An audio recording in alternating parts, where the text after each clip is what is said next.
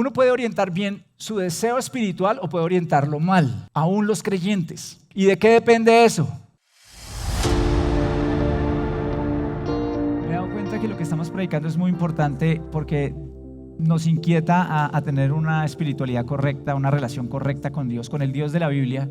Nos permite ver al Dios de la Biblia de una forma sana y nos permite también asumir nuestra responsabilidad sobre lo que debemos hacer y equipa a la iglesia para que podamos avanzar. Y hoy quiero llevarlos a un texto que mientras oraba preguntándole al Señor qué enseñar hoy, vino a lo largo de la semana a mi mente, a mi corazón, pero también por cosas que uno va viviendo y que va sintiendo y que va viendo. A veces es necesario que la congregación reciba ciertos temas. Y quiero que vayan al libro de Hechos de los Apóstoles, en el capítulo 8. Para quien es más o menos nuevo en el manejo de la Biblia, Hechos de los Apóstoles es un libro que está en el Nuevo Testamento. Recuerden que tenemos Antiguo y Nuevo Testamento y está después de el Evangelio de Juan. Si no se le facilita esta indicación, no le facilita llegar allá, entonces vaya al índice y en el índice de la Biblia dice cómo llegar. Y si la tiene electrónica, es solo hacer clic allí en el nombre del libro y el capítulo. Hechos 8, y quiero que leamos del versículo 9 hasta el versículo 25. Estoy convencido que la iglesia tiene que escuchar más palabra de Dios y un poco menos de la palabra de los hombres. Y por eso hoy quiero que aprendamos a ir a la Biblia y vamos a leer un pasaje largo. Y me gustaría que lo leamos juntos. Quisiera escucharles. Voy a leer la Nueva Versión Internacional. Tal vez si tienes otra traducción, está bien, puedes seguirlo, no hay ningún problema. Vas a notar de pronto en algunas traducciones que hay unas diferencias en términos de palabras o de redacción, digamos, de una frase, pero no tiene ningún misterio, simplemente es una traducción, ¿ok? Y es saludable tener varias lecturas de traducciones bíblicas, es muy saludable, no tengo ningún problema con eso, pero yo pues voy a usar hoy la Nueva Versión Internacional, ¿listo? Pero me gustaría que me sigan. ¿Están listos? ¿Están listos? Ok, ya están listos atrás. Que tienen como frío, es que de ese lado entra mucho frío, yo sé. ¿Y allá están listos? Allá sí, también. ¿Y los del centro acá también están listos? Ah, bien. Llegué cansón hoy, pero está bien. Leamos entonces. Ya desde antes, pero lean conmigo. Ya desde antes había en esa ciudad un hombre llamado Simón, que jactándose de ser un gran personaje, practicaba la hechicería y asombraba a la gente de Samaria. Todos, desde el más pequeño hasta el más grande, le prestaban atención y exclamaban: este hombre es al que llaman el gran poder de Dios. Lo seguían porque por mucho tiempo los había tenido deslumbrados con sus artes mágicas. Pero cuando creyeron a Felipe, que les anunciaba las buenas nuevas del reino de Dios y el nombre de Jesucristo, tanto hombres como mujeres se bautizaron. Simón mismo creyó y después de bautizarse seguía a Felipe por todas partes, asombrado de los grandes milagros y señales que veía. Cuando los apóstoles que estaban en Jerusalén se enteraron de que los samaritanos habían aceptado la palabra de Dios, les enviaron a Pedro y a Juan. Estos, al llegar, oraron por ellos para que recibieran el Espíritu Santo, porque el Espíritu aún no había descendido sobre ninguno de ellos. Solamente habían sido bautizados en el nombre del Señor Jesús. Entonces Pedro y Juan les impusieron las manos y ellos recibieron el Espíritu Santo. Al ver Simón que mediante la imposición de las manos de los apóstoles se daba el Espíritu Santo, les ofreció dinero y les pidió: denme también a mí ese poder, para que todos a quienes yo les imponga las manos reciban el Espíritu Santo. Que tu dinero perezca contigo, le contestó Pedro, porque intentaste comprar el don de Dios con dinero. No tienes arte ni parte en este asunto, porque no eres íntegro delante de Dios. Por eso, arrepiéntete de tu maldad y ruega al Señor. Tal vez te perdone el haber tenido esa mala intención. Veo que vas camino a la amargura y a la esclavitud del pecado. Rueguen al Señor por mí, respondió Simón, para que no me suceda nada de lo que han dicho. Después de testificar y proclamar la palabra del Señor, Pedro y Juan se pusieron en camino de vuelta a Jerusalén y de paso predicaron el evangelio en muchas poblaciones de los samaritanos. Señor, qué hermosa es tu palabra y estas historias que están en la Biblia, aunque son historias y podemos leer una narración de unos hechos, también podemos saber que están inspirados por ti, Señor, que lo que quedó aquí establecido quedó para enseñarnos, para redarguirnos, para corregirnos, que lo que nos has dado aquí en tu palabra, en esta historia, pueda guiarnos hoy para orientar mejor nuestra relación contigo, que hoy puedas quitar de nosotros vendas, puedas quitar de nosotros engaños, mentiras, y podamos aprender a relacionarnos contigo cada día mejor. Te lo pedimos en el nombre de Jesús. Amén. Es una historia maravillosa. Simón el mago no era un personaje raro en la época de Jesús. Si ustedes leen la historia van a escuchar o van a aprender que en esa época había personas que practicaban la magia, la brujería, la adivinación, aún dentro del pueblo de Dios. La gente era común tener personas adivinando o haciendo supuestas sanidades, muchas cosas que sucedían en esa época. Astrología, adivinación. Y estas personas tenían una influencia muy grande sobre la comunidad, especialmente en esta comunidad que conocemos como los samaritanos, porque tal vez algunos de ustedes no conocen la historia que hay allí, pero resulta que existía en la antigüedad un solo pueblo que se llamó el pueblo de Israel. Ese pueblo de Israel fue dividido en dos naciones, o en dos reinos. Esa historia está descrita en el Antiguo Testamento. Y quedaron dos reinos en el sur y quedaron 10 en el norte, 10 tribus. Resulta que el pueblo de Israel surgió de lo que conocemos como las 12 tribus de Israel, los descendientes de Jacob. Y en el sur quedó un reino con 2 tribus que era gobernada por descendientes del rey David. Esa era la descendencia de David. Pero en el norte, ese reino era gobernado por otro tipo de personas, con otros intereses. Era muy difícil. A veces asesinaban a un rey y subía otro rey. Y era gente que muy rápido se alejó de Dios, se alejó de lo que habían aprendido. Y por allá en el año 722, si mi memoria no falla, antes de Cristo, ese pueblo fue invadido por un rey asirio que se llamaba Salmanasar y fue llevado cautivo a el reino de esa época que era Asiria, ¿ok? Pero resulta que fue repoblado el lugar, toda esa zona del norte de lo que hoy es Palestina, fue repoblado por personas que venían de otras naciones y empezaron a morir, se los empezaron a comer los animales que había allá, a matarlos, las fieras. Entonces el rey de la época dijo, vamos a volver a enviar a un sacerdote de los que nos trajimos, porque el Dios de esa tierra, es lo que él decía, el Dios de esa tierra no está protegiendo a la gente allá. Entonces mandemos a ese sacerdote que conoce al Dios de esa tierra y que vaya allá y les enseñe. Entonces ellos fueron y recibieron la enseñanza del Dios de la Biblia, del Antiguo Testamento, pero la mezclaron con todo su paganismo. Y hubo muchas mezclas. Y aunque quedaron algunos samaritanos que se mantuvieron firmes con lo que conocemos como los primeros 5 libros del Antiguo Testamento, o la Torá o el Pentateuco, y ellos se quedaron allí con eso, pues hubo muchas mezclas, y es lo que encontramos acá. Entonces ellos eran muy susceptibles de recibir otras cosas, de movilizarse hacia otros dioses y otras prácticas. Y este Simón es uno de esos hombres que tenía gran influencia allí en medio de estas personas. Y fíjense que hay algo tremendo. Simón ha dejado su nombre en la historia porque es una práctica que se ha denominado como simonía, el hecho de que alguien quiera comprar cargos eclesiásticos o cargos religiosos. Y eso pasó en la iglesia durante la Edad Media y fue causa de muchas divisiones. Porque cuando la gente quería tener, por ejemplo, un monasterio, una abadía, entonces podía pagar, tenía riqueza para hacerlo. Cuando quería tener una posición de influencia, entonces colocaba a uno de los hijos y pagaba para que su hijo, no por un llamado de Dios, sino por un interés particular, se encargara de la religión de una zona. Eso es lo que se conoce como simonía y viene de acá, de Simón. ¿Se habían escuchado el término simonía alguna vez? Bueno, los que no lo habían escuchado ya hoy saben.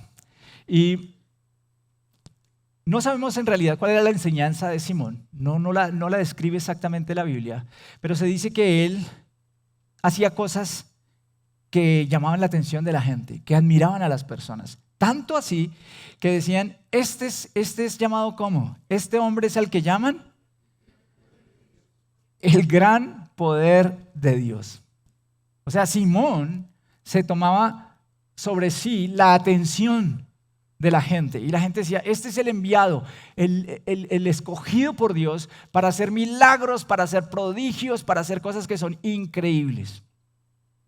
Lo que sí puedo estar seguro hoy es que Simón representaba una espiritualidad falsa. O voy a llamarlo así más bien una espiritualidad mal orientada. Porque existe realmente un mundo espiritual. Quiero que entendamos eso. Hay una realidad espiritual, voy a llamarla así mejor, una realidad espiritual. Y lo que pasa en esta realidad física que nosotros tenemos frente a nosotros depende mucho también de lo que pasa en esa realidad espiritual.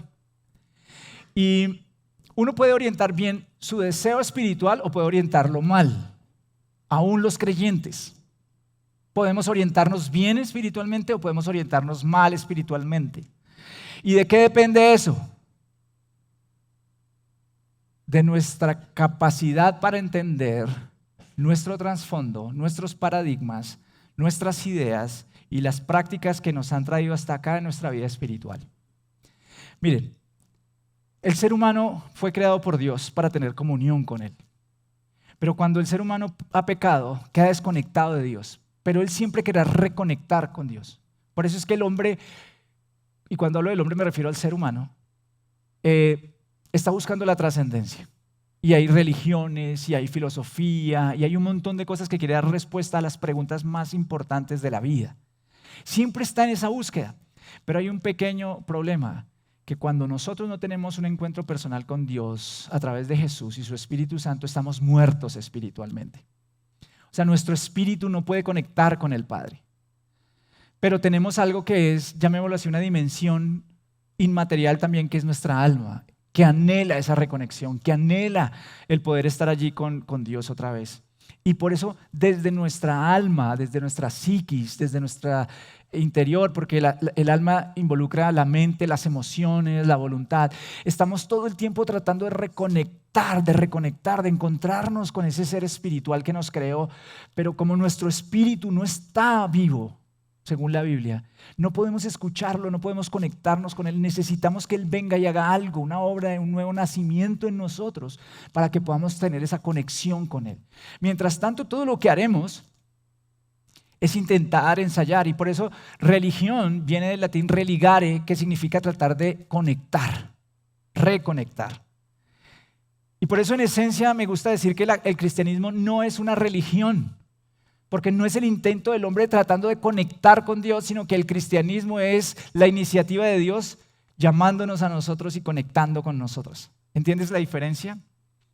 Y por eso es tan importante que nosotros, cuando venimos a Cristo, comprendamos que hay algo que pasa en nosotros muy importante.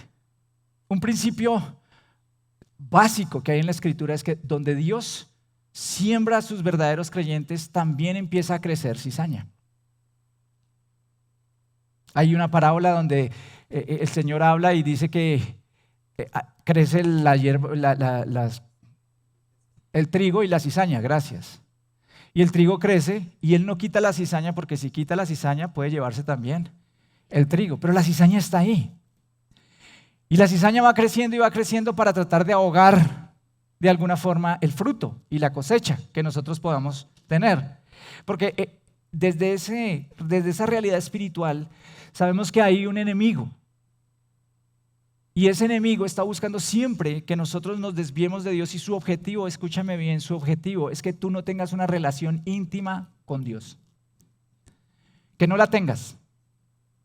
Entonces, cuando tú vienes a Jesús y le entregas tu vida a Jesús, te rindes a Él como tu Señor y tu Salvador, porque ojo, no es solo el Salvador, es el Señor. Porque Jesús nunca será tu Salvador si no es tu Señor primero. Quiero que lo entiendas. Entonces, si tú no te rindes a Él, o tú te rindes a Él, perdón, pues el enemigo ya te perdió. Ya te perdió. La Biblia dice que Cuando venimos a Cristo ya el enemigo no tiene ninguna autoridad sobre nosotros. El pecado puede ser vencido, o sea, podemos vivir una vida en libertad, podemos caminar súper bien.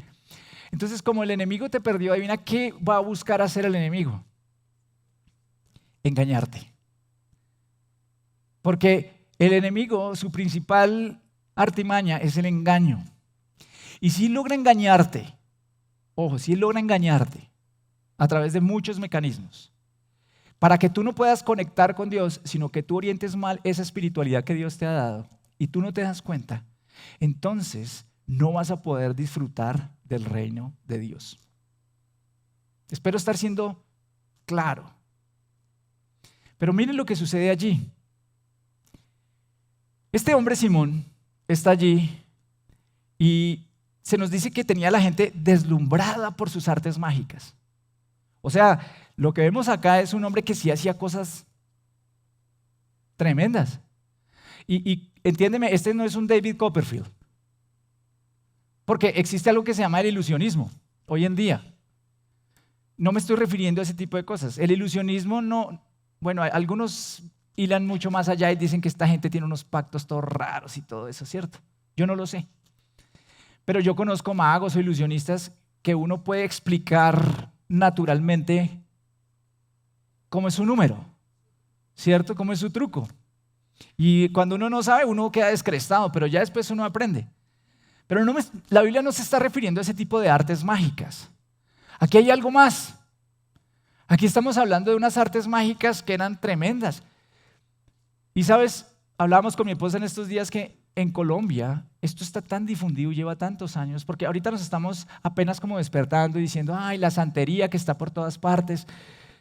Pero esto lleva muchos años. Yo recuerdo un libro de Germán Castro Caicedo, muy viejo, que se llama La Bruja. Ustedes lo pueden encontrar seguramente, no sé si les guste leer, espero que sí. Y si no, pues hay que leer. Pero Germán Castro Caicedo escribió un libro que se llama La Bruja y en él describe cómo la clase política de este país recurre a las brujerías para tomar decisiones. Sí, pero sucede todo el tiempo.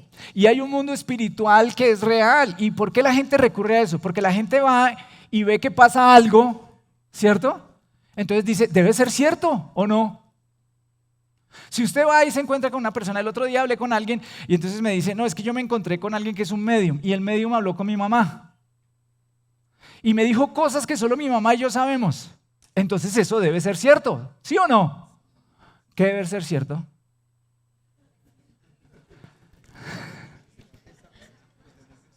No, pues es cierto, claro que es cierto que hay alguien en la realidad espiritual que sabe cosas, pero a ver, ¿es lo que Dios quiere que tú hagas? ¿Es el Dios de la Biblia el que te está llamando? Son preguntas que quiero despertar hoy en día antes de llegar a mi punto, hoy, con ustedes. Pero estaban deslumbrados, porque cuando eso pasa, uno se deslumbra. No es que me leyeron el chocolate. No, ¿en serio? Hoy me dijeron que me iban a leer el chocolate. Y reprendí a alguien acá y todo.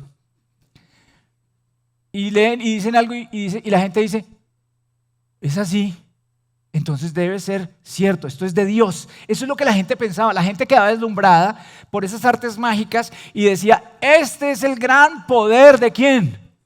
De Dios. Ojo, porque no todo lo que pasa espiritualmente viene del Dios de la Biblia. Y te lo voy a mostrar acá en el texto.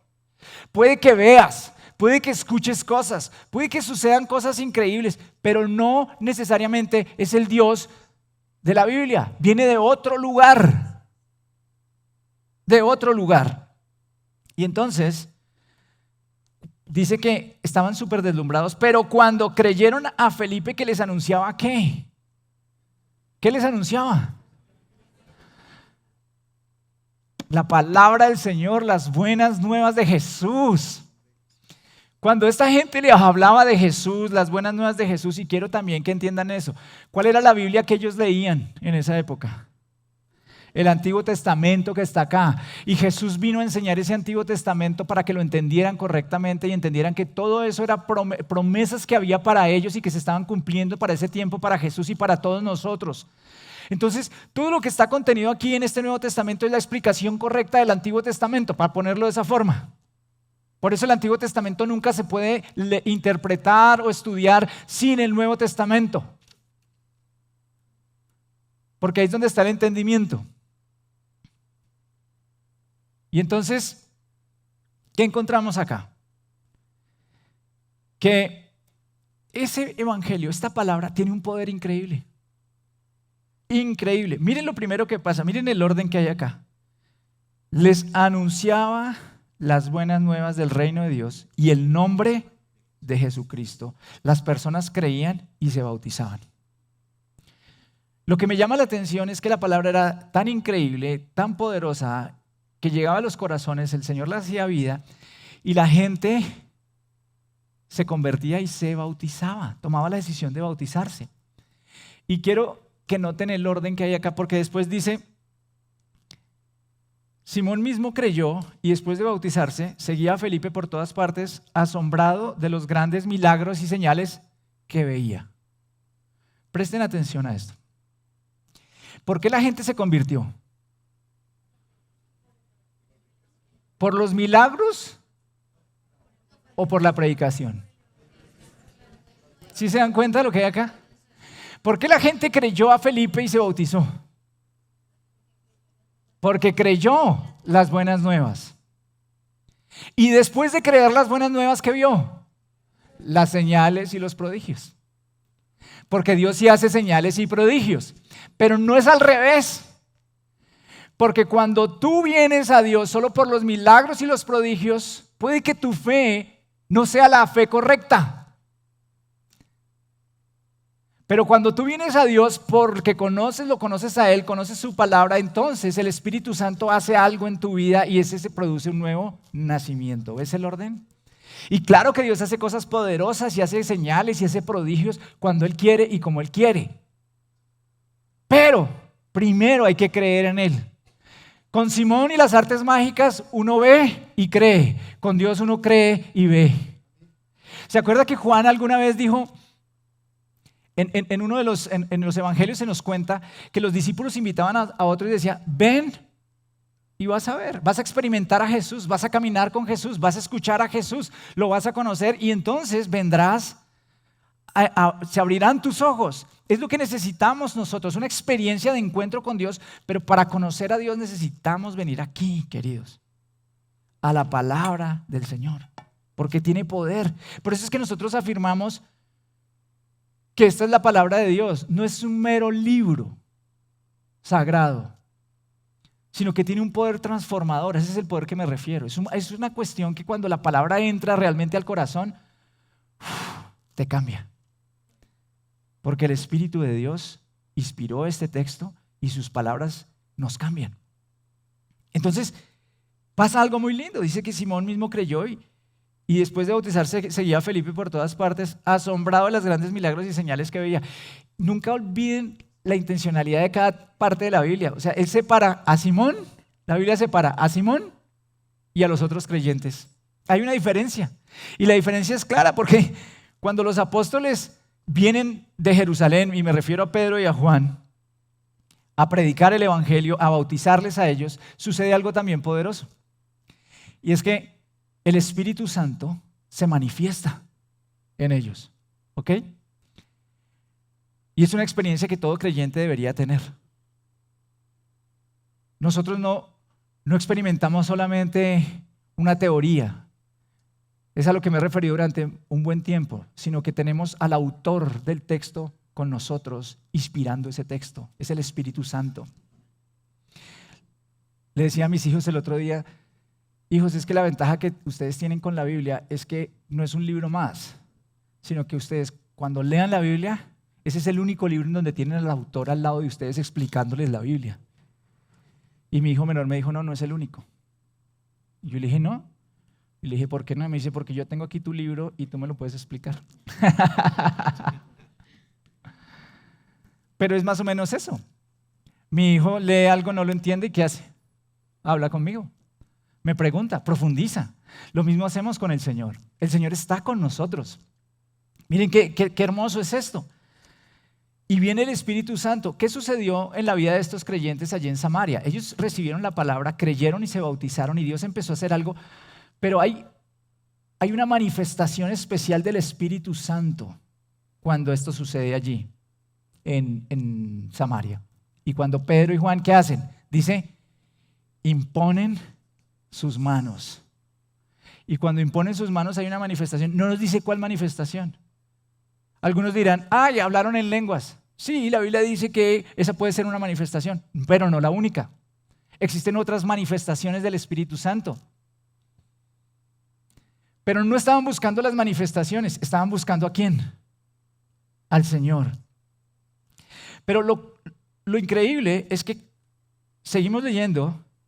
Dice que Simón se dio cuenta de que mediante la imposición de manos de los apóstoles, ese espíritu, ese poder de Dios venía. ¿Y qué hizo? Vino y les ofreció dinero. Venga, yo le compro eso, démelo, para que yo pueda orar por estos y por otros y pase exactamente lo mismo. Entonces yo quiero que noten esto. Simón continuó con Felipe, no para escuchar la palabra y aprender cada vez más de Dios, aprender más de Jesucristo, sino que Simón continuó con Felipe para aprender cómo hacer milagros. Simón continuó con Felipe para entender cómo hacía para manipular ese mundo espiritual en favor de él.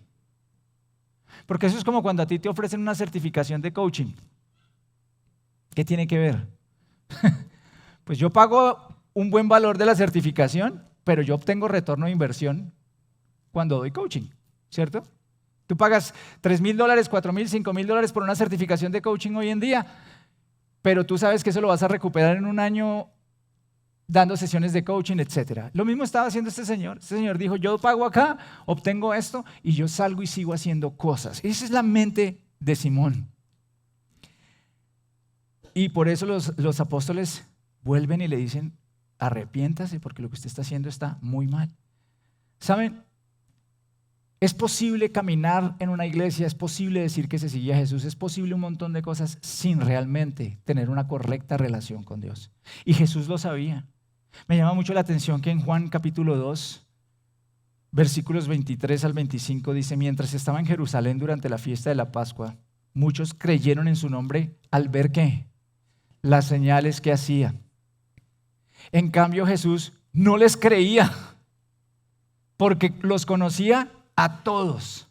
No necesitaba que nadie le informara nada acerca de los demás, pues él conocía el interior del ser humano. O sea, Jesús sabía que lo seguían era porque ellos esperaban obtener algo de Jesús, no a Jesús mismo.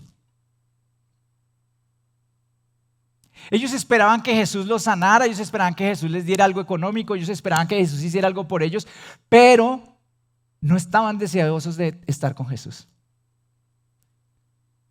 Y me gusta tratar de explicar esto para que podamos acercarnos a lo que esto puede significar para Dios. Los que somos padres, queremos que nuestros hijos se acerquen a nosotros solo porque les podemos comprar un reloj, una ropa. ¿Nos gustaría que esa fuera la relación que tuviéramos con nuestros hijos transaccional? ¿Te gustaría que tus hijos lo único que hicieran es te saludo cuando sé que me vas a dar algo? Si no, ni te llamo. ¿Te gustaría tener un amigo que solo te llama a pedirte favores? Pero nunca más aparece. Nunca te escucha, nunca se preocupa cómo estás, no le interesa tu vida. Lo único que le interesa es el favor que tú le puedes hacer. ¿Te gustaría eso? No. Es más, ¿me permiten ponerme aún más intenso? ¿A qué mujer le gusta que su esposo la busque íntimamente de vez en cuando solo cuando él quiere porque tiene necesidad, pero no le importa lo que ella siente y lo que ella piensa? Eso no es intimidad, eso es usar a la mujer. ¿O no? El hombre que solo busca a su mujer para tener relaciones sexuales, para saciar su necesidad, pero no le importa cuidarla, consentirla, qué necesita, eso no es intimidad, eso se llama usar a alguien.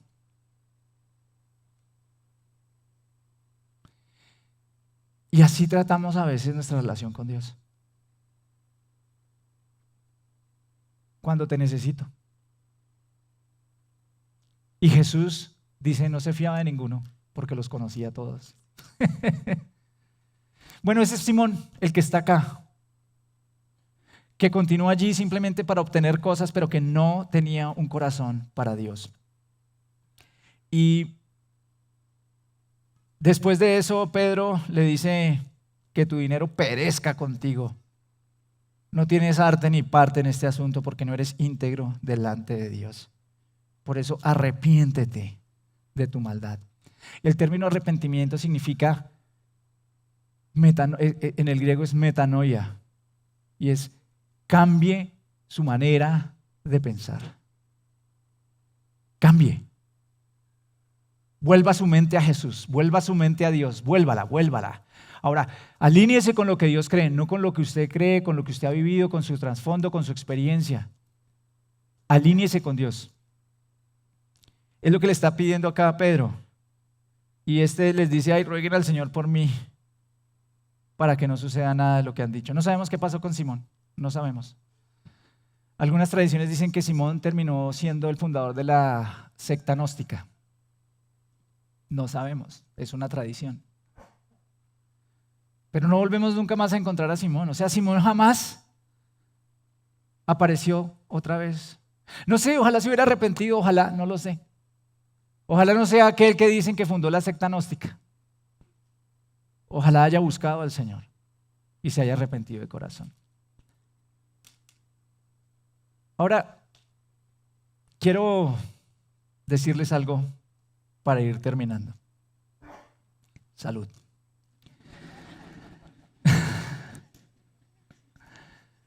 Es claro que la Biblia nos invita a entender que hay cosas que no deberían suceder entre el pueblo de Dios. Y Gálatas 5:19 nos dice que las obras de la carne se conocen bien. Y menciona varias allí. Y quiero leérselas. Inmoralidad sexual, impureza y libertinaje, idolatría y ¿qué? Hechicería, odio, discordia, celos, arrebatos de ira, rivalidades, desacuerdos, sectarismos y envidia, borracheras, orgías y otras cosas parecidas. Les advierto ahora, como antes lo hice, que los que practican tales cosas no heredarán el reino de Dios. ¿Qué está diciéndonos allí el texto bíblico? Que la hechicería la coloca en las obras de la carne. Es decir, son cosas que vienen del ser humano. Quiero explicarles bien. Claro que hay un mundo espiritual o hay un reino espiritual. Y hay cosas que vienen de ese reino espiritual que son contrarias a Dios. ¿Sí? Pero las buscamos por una razón. Y es porque nuestra carne anhela poder. Simón anhelaba poder. Simón anhelaba ser el gran poder de Dios. Es que no hay nada más chévere que la gente lo mirara y dijera, Él es el poder de Dios, óreme, Simón. Es que si ese pastor me ora, sí me sano. Es que si ese profeta me dice lo que tengo que hacer, lo hago. Estoy hablando del pueblo de Dios. Dios no comparte su gloria con nadie. Y en el pueblo cristiano hay tanta superstición, tanta, que necesitamos erradicarla. Escúchenme bien, erradicarla. Porque nosotros tenemos un trasfondo mágico en nuestra cultura. Nosotros somos una mezcla muy, muy complicada, entiendan eso. Nosotros somos una mezcla que viene en algunos casos de España, de Europa, de los celtas, que eran bastante supersticiosos y un montón de cosas antes en el norte. O sea, eso es una cosa, una mezcla con cosas que llegó después aquí a Latinoamérica. Y ahí viene que encontramos aquí en Latinoamérica. Cultos y ritos. Que en últimas, ¿qué es lo que busca el ser humano con esos cultos y esos ritos? La manipulación de lo espiritual en favor de la persona. Por eso la gente recurre a los hechiceros, a los que les leen las cartas y todo, porque quieren manipular el mundo espiritual a su favor. Y entonces cuando venimos a Dios, sin darnos cuenta, tenemos esa misma mentalidad con Dios y queremos manipular a Dios a nuestro favor. Por eso yo hablaba hoy de, si Dios no es tu Señor, no puede ser tu Salvador, porque yo no manipulo a Dios. Yo me someto a mi Señor. Y si Él quiere hacer milagros y prodigios, que los haga, pero si no los quiere hacer, no importa. Igual creo en Él.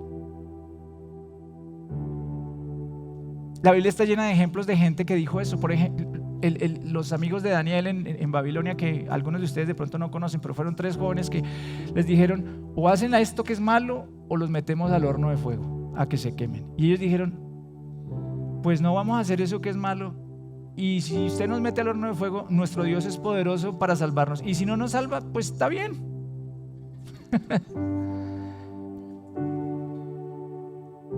Qué linda actitud, eso es sometimiento. No es, Señor, tienes que hacer esto porque si no yo no vuelvo a la iglesia. Señor, tienes que hacer aquello porque si no yo no leo más la Biblia. Señor, yo no tienes que hacer eso y yo no vuelvo a orar.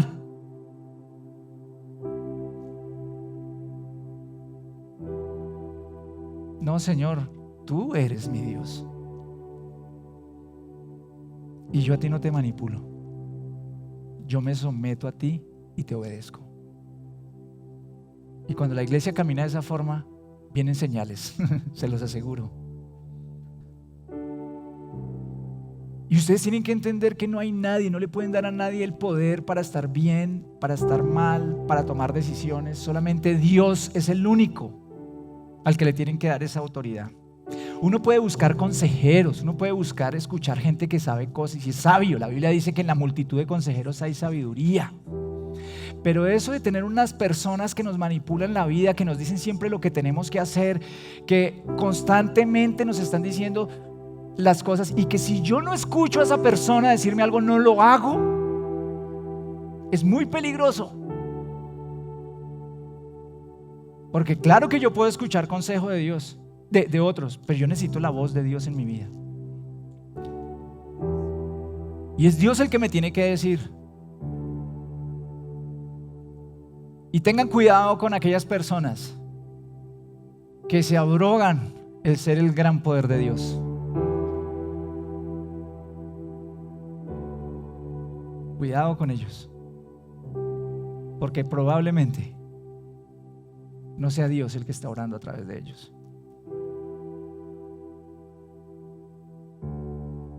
¿Sabes? Lo hermoso de Jesús, y es que ahí es donde está el asunto, es que Jesús vino para abrir camino para que tú y yo tengamos una relación con el Padre, para escuchar su voz. Alguno dirá, ay, pero es que en ese pasaje que hay ahí en la Biblia, Pedro y Juan tuvieron que ponerle las manos a la gente para que recibieran el Espíritu Santo. Entonces ahora todos tenemos que estarle imponiendo manos a todo el mundo para que reciban el Espíritu Santo. Creo en la imposición de manos, escuchen esto. Creo en la imposición de manos. Creo que es una doctrina básica del cristianismo. Y después, si quieren, explicamos eso. Vengan a los sábados 2:42. Pero eso es una cosa. Y otra cosa es estarle uno poniendo la cabeza a todo el mundo, ¿no? Óreme. Que oren tus autoridades, los que te conocen y te aman y se preocupan por ti. Pero también me preocupa mucho porque hay personas que no entienden que los primeros 10 capítulos de Hechos de los Apóstoles registran un periodo de transición entre el Antiguo Testamento y el Nuevo Testamento y la organización de lo que sería la iglesia. Entonces sucedieron cosas en esos 10 capítulos que no necesariamente tienen que suceder hoy en todas partes a toda hora. Y tenemos que ser sabios en entender qué es lo que sí puede suceder y qué es lo que no. Pero no restrinjan una experiencia con el Espíritu Santo. Tranquilos, hay una mariposa. No restrinjan. Es el enemigo que nos está distrayendo.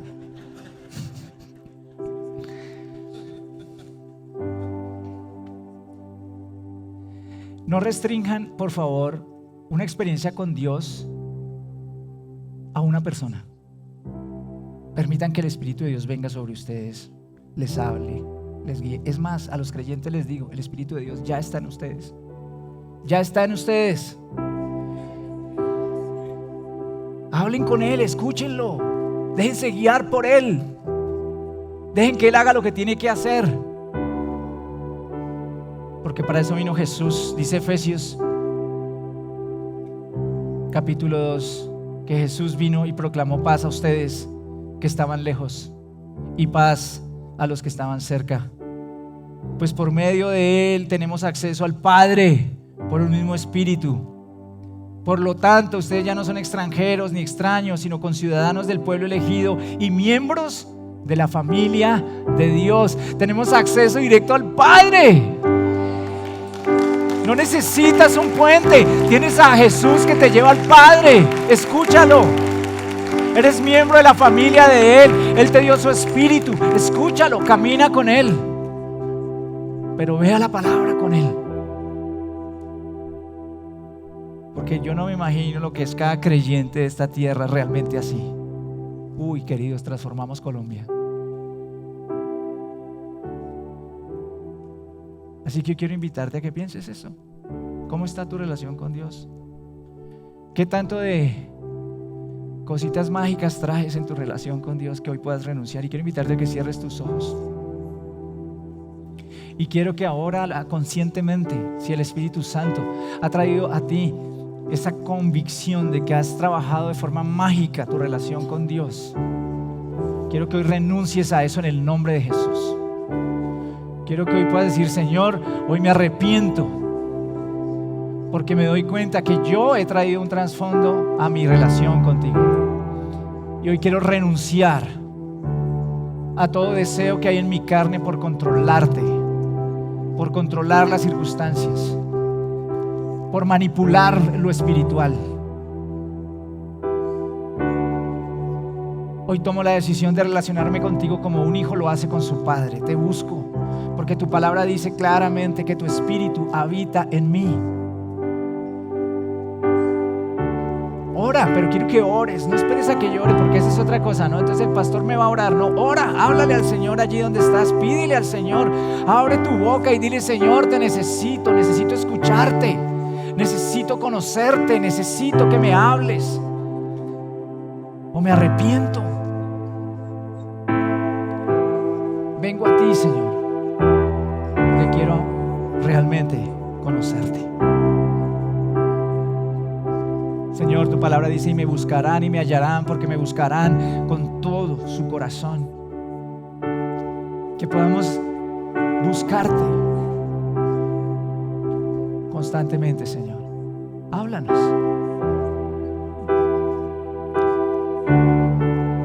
Y si hoy estás aquí por primera vez, si es la primera vez que vienes a una iglesia cristiana, o estás acá ya por un tiempo, pero nunca has tomado una decisión de decirle a Jesús que sea tu Señor y tu Salvador. Si no entiendes lo que significa el nuevo nacimiento, si no entiendes lo que es una relación con Dios, es porque estás todavía en la búsqueda, pero necesitas rendirte al Señor. Y si hoy estás aquí y quieres rendirle tu vida al Señor, rendirles, dejar de ser tu propio Dios, tu propia diosa, e invitarlo a que Él venga y se convierta en tu Señor y tu Salvador. Él murió por tus pecados en la cruz, pero necesitas pedirle perdón por tus pecados y rendirte ante Él. Y si hay alguien hoy que está en esa posición, hoy quiero invitarle, mientras todos los demás estamos con este tiempo de oración, quiero invitarle a que levante su mano donde está. Quiero que me muestre. Dios te bendiga allá atrás. ¿Alguien más que hoy quiere entregar su vida a Jesús? Dios te bendiga, Dios te bendiga, Dios te bendiga, Dios te bendiga, el Señor te bendiga, Dios les bendiga. Qué lindo. Quiero invitarles a que, por favor, allí donde están, hagan esta oración sencilla conmigo. Hagan la suya, repitan estas palabras, pero quiero que entiendan que la oración no es mágica. ¿Ok? Es una guía solamente para ustedes. Y la oración en sí misma no tiene ningún poder. El que tiene poder es el Señor que los puede salvar. Yo quiero invitarlos a que hablen con el Señor y le digan: amado Dios, hoy has abierto mis ojos. Hoy me das entendimiento. Yo te necesito. Me arrepiento de mis pecados. Me arrepiento de andar sin ti. Me arrepiento de buscar el mundo espiritual para mi beneficio. Y hoy me rindo a ti. Reconozco, Padre, que tú enviaste a Jesús a morir por mí en la cruz. Y hoy acepto esa entrega. Quiero que vengas a mí, me des tu espíritu, me hagas nacer de nuevo. Quiero conocerte y vivir para ti. Gracias. Séllame con tu Espíritu Santo y me comprometo a vivir para ti todos los días de mi vida. Amén.